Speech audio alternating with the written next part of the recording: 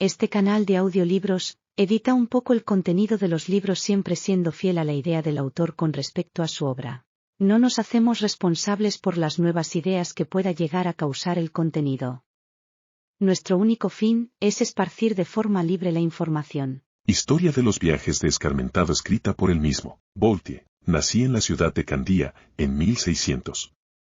Mi padre era el gobernador, y recuerdo que un poeta mediocre, aunque no mediocremente duro, llamado Hiro, hizo malos versos elogiándome en los que me hacía descender de Minos por línea directa, pero, tras caer mi padre en desgracia, hizo otros versos en los que ya solo descendía de Pasífae y de su amante. Mal sujeto el tal Hiro, y el bribón más molesto que hubo en la isla. A la edad de 15 años me envió mi padre a estudiar a Roma. Llegué con la esperanza de aprender todas las verdades, porque hasta entonces me habían enseñado todo lo contrario, según es uso en este bajo mundo desde la China hasta los Alpes. Mansinger Profundo, a quien iba encomendado, era un hombre singular y uno de los sabios más terribles que en el mundo han sido. Quiso enseñarme las categorías de Aristóteles, y poco faltó para que me incluyese en la categoría de sus queridos, de buena me libré. Vi procesiones, exorcismos y no pocas rapiñas. Decían, aunque no era cierto, que la Signora Olimpia, persona de gran prudencia, vendía muchas cosas que no se deben vender. Era la mía una edad en que todo esto me parecía muy divertido. A una joven dama de costumbres muy amables, llamada Signore Fatello, se le ocurrió prendarse de mí. La cortejaban el reverendo padre Poignardini y el reverendo padre Aconiti, jóvenes profesos de una orden ya extinguida. Consiguió que se pusieran de acuerdo otorgándome a mí sus favores, pero al mismo tiempo corría el riesgo de verme excomulgado y envenenado. Muy contento me alejé de la arquitectura de San Pedro. Viajé por Francia, era la época en que reinaba Luis el Justo. Lo primero que me preguntaron fue si quería para mi almuerzo un trocito del mariscal de Ancre, cuya carne había asado el pueblo y que se distribuía muy barata a todo el que la quisiera. Ese país era presa continuamente de guerras civiles, unas veces por un puesto en el Consejo, otras por 2 páginas de controversia. Hacía más de 60 años que ese fuego, unas veces soterrado y otras avivado con violencia, asolaba tan hermosas tierras. Reinaban en ellas las libertades de la Iglesia galicana. ¡Ay!, pensé, y eso que este pueblo es de natural apacible. ¿Quién puede haber alterado así su carácter? Se divierte y hace noches de San Bartolomé. Dichoso el tiempo en que no haga más que divertirse. Pasé a Inglaterra, las mismas querellas excitaban los mismos furores. Santos católicos habían decidido, por el bien de la Iglesia, hacer saltar por los aires, con pólvora, al rey, a la familia real y a todo el parlamento, y librar a Inglaterra de semejantes herejes. Me mostraron el lugar en que la bienaventurada reina María, hija de Enrique VIII, había hecho quemar a más de 500 de sus súbditos. Un cura ibernés me aseguró que era una acción bonísima, en primer lugar, porque los que habían sido quemados eran ingleses, en segundo lugar, porque nunca tomaban agua bendita ni creían en el agujero de San Patricio. Le extrañaba sobre todo que la reina María no estuviese ya canonizada, mas estaba seguro de que pronto lo sería, cuando el cardenal sobrino tuviera un rato. Me fui a Holanda, donde esperaba encontrar más sosiego en medio de pueblos más flemáticos. Cuando llegué a La Haya estaban cortándole la cabeza a un venerable anciano. Era la cabeza calva del primer ministro Barnevelt, el hombre de mayor mérito de la República. Movido a compasión, pregunté cuál era su crimen, y si había sido traidor al Estado. Mucho peor, me respondió un predicante de capa negra, es un individuo que cree que podemos salvarnos por las buenas obras igual de bien que por la fe. Como comprenderéis, si opiniones semejantes tomaran cuerpo, una república no podría subsistir, y se precisan leyes severas para reprimir horrores tan escandalosos. Un político profundo del país me dijo suspirando, ¡ay, señor! El buen tiempo no durará siempre, solo por casualidad se muestra tan riguroso este pueblo. El fondo de su carácter lo inclina hacia el abominable dogma de la tolerancia, que un día volverá, me estremece pensarlo. Yo, en espera de que esa época funesta de moderación e indulgencia llegase, abandoné a toda prisa un país donde ningún atractivo templaba aquel rigor, y me embarqué para España. Estaba la corte en Sevilla, los galeones habían llegado, todo respiraba abundancia y alegría en la más bella estación del año. Al final de una alameda de naranjos y limoneros vi una especie de inmenso palenque rodeado por una gradería cubierta de paños preciosos. El rey, la reina, los infantes y las infantas estaban bajo un soberbio dosel. Enfrente de esa augusta familia había otro trono, pero más elevado. Le dije a uno de mis compañeros de viaje, a menos que ese trono esté reservado a Dios, no veo para qué puede servir. Estas imprudentes palabras fueron oídas por un grave español y me costaron caras. Mientras me figuraba que íbamos a ver alguna cabalgata o alguna fiesta de toros, el inquisidor general apareció sobre aquel trono, desde donde bendijo al rey y al pueblo. Después llegó un ejército de frailes desfilando de dos en dos, blancos, negros, grises, calzados, descalzos, con barba, sin barba, con capucha puntiaguda y sin capucha, luego venía el verdugo. Y después se veía, en medio de los alguaciles y los grandes, a unas 40 personas cubiertas con sacos en los que habían pintado diablos y llamas. Eran judíos que se habían negado rotundamente a renegar de Moisés, cristianos que se habían casado con sus comadres, o que no habían adorado a Nuestra Señora de Atocha, o que no habían querido desprenderse de su dinero en favor de los frailes jerónimos. Se cantaron con mucha devoción bellísimas plegarias y luego quemaron a fuego lento a todos los culpables, de lo que toda la familia real pareció quedar muy edificada. Por la noche, en el momento en que iba a meterme en la cama, llegaron a mi casa dos familiares de la Inquisición con la Santa Hermandad, me abrazaron cariñosamente y me llevaron, sin decirme una sola palabra, a un calabozo muy fresco, amueblado con una estera por toda cama y con un bello crucifijo. Permanecí ahí 6 semanas, al cabo de las cuales el reverendo padre inquisidor me mandó rogar que fuese a hablar con él, me estrechó un rato entre sus brazos, con un cariño muy paternal. Me dijo que le había afligido sinceramente enterarse de que yo estuviese tan mal alojado, pero que todos los aposentos de la casa estaban llenos, y que en otra ocasión esperaba que habría de estar más a gusto. Luego me preguntó con mucha cordialidad si no sabía por qué me encontraba allí. Respondí al reverendo padre que aparentemente era por mis pecados. Claro, querido hijo, pero ¿por qué pecado? Habladme con toda confianza. Por más que cavilé, no logré adivinarlo. Él, caritativamente, me puso sobre la pista. Al fin me acordé de mis indiscretas palabras. Me vi libre después de pasar por la disciplina y una multa de 30.000 reales. Me llevaron para que le hiciese la reverencia al inquisidor general. Era un hombre muy cortés, que me preguntó qué me había parecido su pequeña fiesta. Le dije que había sido deliciosa y corría a urgir a mis compañeros de viaje para salir de ese país, por más hermoso que sea. Habían tenido tiempo de informarse de todas las cosas grandes que los españoles habían hecho por la religión.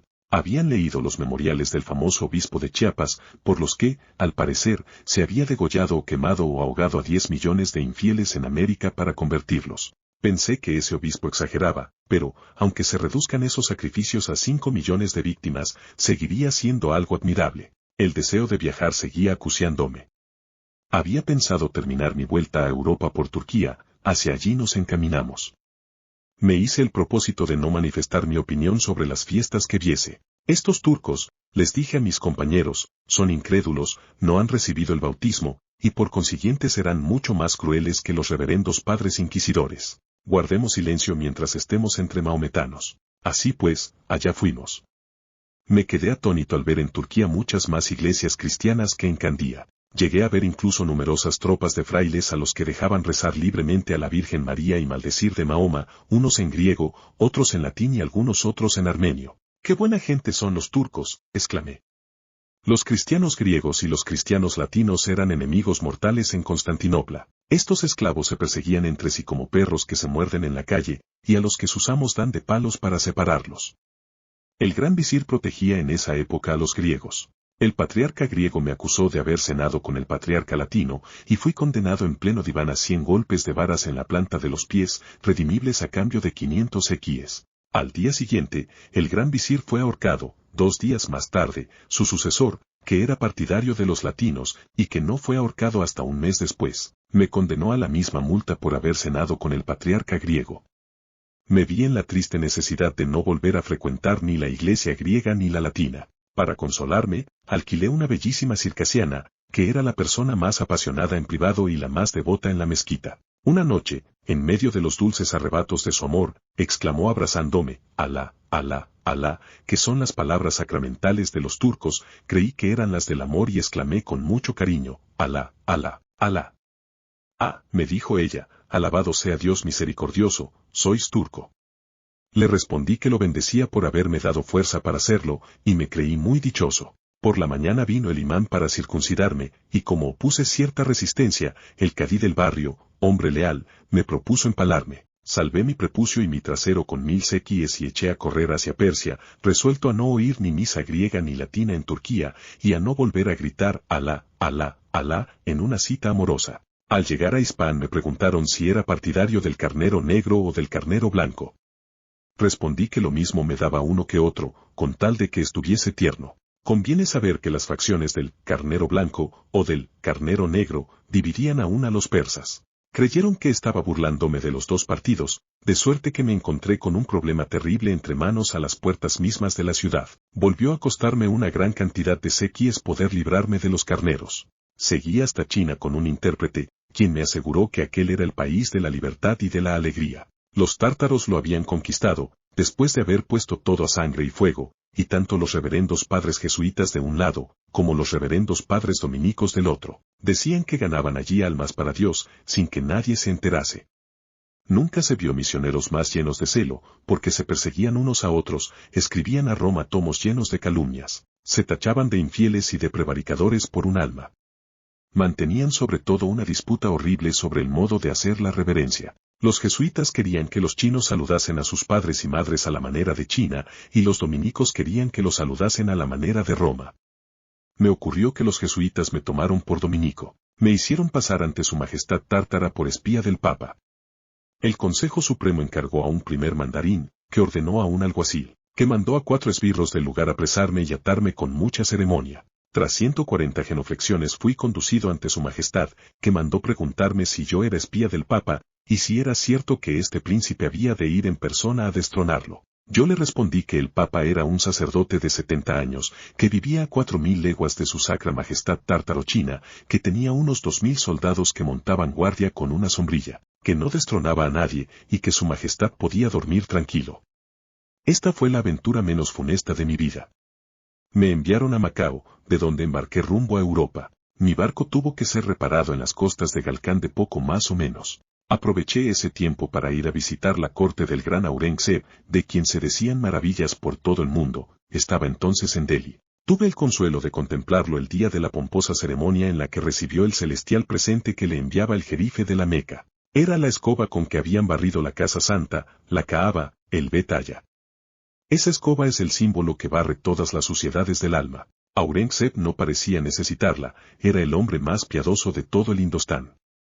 Cierto que había degollado a uno de sus hermanos y envenenado a su padre. 20 rajáes y otros tantos hombraes habían perecido entre suplicios, pero tales cosas eran nimiedades, y solo se hablaba de su devoción. Lo comparaban con la sacra majestad del serenísimo emperador de Marruecos, Muley Ismail, que todos los viernes, después de la oración, cortaba cabezas. Yo no decía ni palabra, los viajes me habían formado y me daba cuenta de que no me correspondía decidir entre aquellos dos augustos soberanos. Un joven francés con quien estaba alojado faltó al respeto, debo confesarlo, al emperador de las Indias y al de Marruecos. Se le ocurrió decir, imprudentemente, que en Europa había soberanos muy piadosos que gobernaban bien sus estados, y que incluso frecuentaban las iglesias, sin por ello matar a sus padres y hermanos, y sin cortar las cabezas de sus súbditos. Nuestro intérprete transmitió en hindú las impías palabras del joven. Instruido por el pasado, mandé ensillar a toda prisa mis camellos, el francés y yo nos fuimos. Luego supe que, esa misma noche, los oficiales del gran Aurangzeb, que habían ido a prendernos, solo encontraron al intérprete. Lo ejecutaron en plaza pública, y todos los cortesanos afirmaron sin ánimo de adular a nadie que su muerte era muy justa. Me quedaba por ver África para disfrutar de todas las delicias de nuestro continente. Y en efecto la vi. Mi nave fue apresada por unos corsarios negros. Nuestro patrón profirió grandes lamentos, les preguntó por qué violaban así las leyes de las naciones. El capitán negro le respondió, vuestra nariz es larga y la nuestra chata, vuestro pelo es liso y nuestra lana rizada, vuestra piel es de color ceniza y la nuestra de color de ébano. Por consiguiente siempre debemos ser, por las leyes sacrosantas de la naturaleza, enemigos. Vosotros nos compráis en las ferias de la costa de Guinea como bestias de carga, para obligarnos a trabajar en no sé qué tareas tan penosas como ridículas. A golpes de vergas de buey nos hacéis hurgar en las montañas, para sacar una especie de tierra amarilla que por sí misma no sirve para nada, y que ni con mucho puede compararse con una buena cebolla de Egipto. Por eso, cuando topamos con vosotros y somos los más fuertes, os hacemos esclavos, os obligamos a labrar nuestros campos, o también os cortamos la nariz y las orejas. No había réplica posible a palabras tan discretas. Fui a labrar el campo de una vieja negra para conservar mis orejas o mi nariz. Al cabo de un año me rescataron. Había visto cuanto hay de bello, de bueno y de admirable sobre la tierra, resolví no apartarme nunca más de mis penates. Me casé en mi tierra, fui cornudo, y llegué a la conclusión de que era el estado más grato de la vida. Gracias por ver el video, deja tu like, suscríbete y síguenos en nuestras redes sociales, están en la descripción. Hacemos audiolibros privados.